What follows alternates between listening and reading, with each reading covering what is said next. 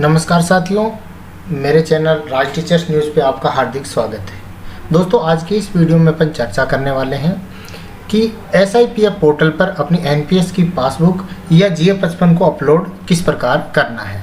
तो दोस्तों, वीडियो शुरू करने से पहले बता दूं, अगर चैनल पर नए हैं तो चैनल को सब्सक्राइब जरूर कर लीजिए, क्योंकि इसी तरह के अपडेट मैं लगातार आपको देता रहता हूँ। तो सबसे पहले तो जो ऑर्डर आया है उस ऑर्डर की चर्चा कर लेते हैं। अलग अलग डिस्ट्रिक्ट का अलग अलग निकला है। तो इसके अंदर जैसे ये हनुमानगढ़ का है, इसके अंदर दिया है विषय है SIPF पोर्टल पर NPS पासबुक या GA55 अपलोड करने हेतु। तो इसके अंदर जो मेन चीज़ें दे रखी हैं, दिशा निर्देश हैं, उनके बारे में अपन चर्चा कर लेते हैं।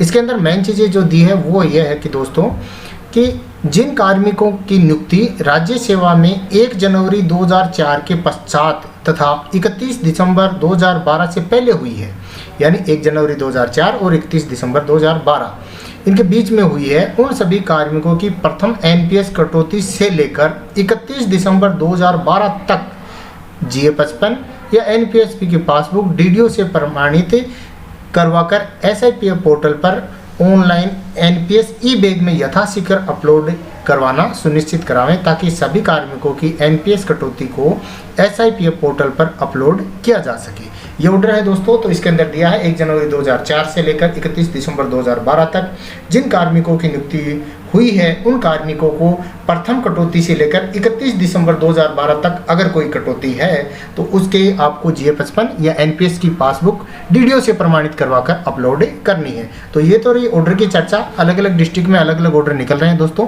तो इसमें जैसे आपके डिस्ट्रिक्ट में निकलेगा तो आपको यहाँ अपलोड करनी है। तो इस अब अपन चर्चा करते हैं कि किस तरह से अपन को अपलोड करनी है।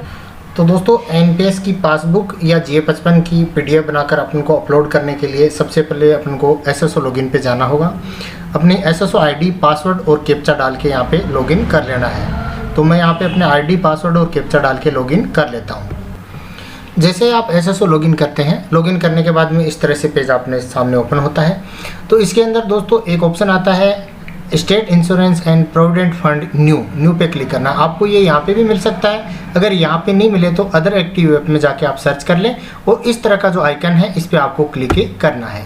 तो जैसे ही आप इस पर क्लिक करेंगे तो कुछ समय लेगा और उसके बाद में आपको क्या करेगा, ये रजिस्टर्ड जो मोबाइल नंबर है उस पर OTP सेंड करेगा।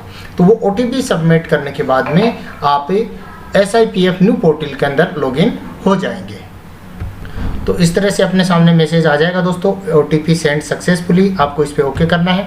ओके करने के बाद में यहाँ पे आपको OTP फिलअप कर देना है और सबमिट OTP पर अपन को क्लिक कर देना है। तो जैसे ही OTP वेरीफाई होने के बाद में आप SIPF न्यू पोर्टल पर लॉगिन होते हैं। तो लॉगिन होने के बाद में अपने नाम वगैरह, पोस्ट, यहाँ एम्प्लॉय ID वगैरह चेक कर सकते हैं।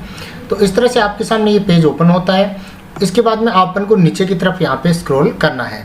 तो नीचे की तरफ पे स्क्रॉल करते हैं तो इसके अंदर आपको बहुत सारे ऑप्शन ये मिलने वाले हैं। तो इसके अंदर आपको ध्यान में रखना है कि ये जो अपडेट ई-बैग ये ऑप्शन है, इसके अंदर आपको जाना है।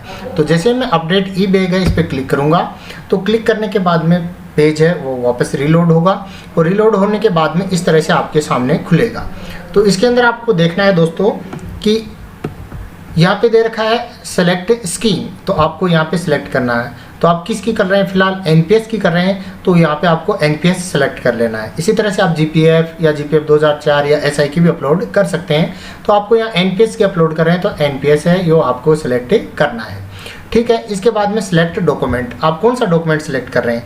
आप अगर GA55 अपलोड करना चाहते हैं या अब GA55 की आपने PDF बनाई है तो वो यहाँ पे GA55 करें।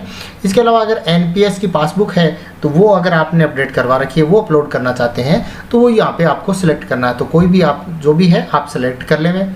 इसके बाद में आपको यहाँ पे फाइल चूज करनी है। मैक्सिमम फाइल साइज़ होती है वो 10 MB से ज़्यादा यहाँ पे नहीं होनी चाहिए।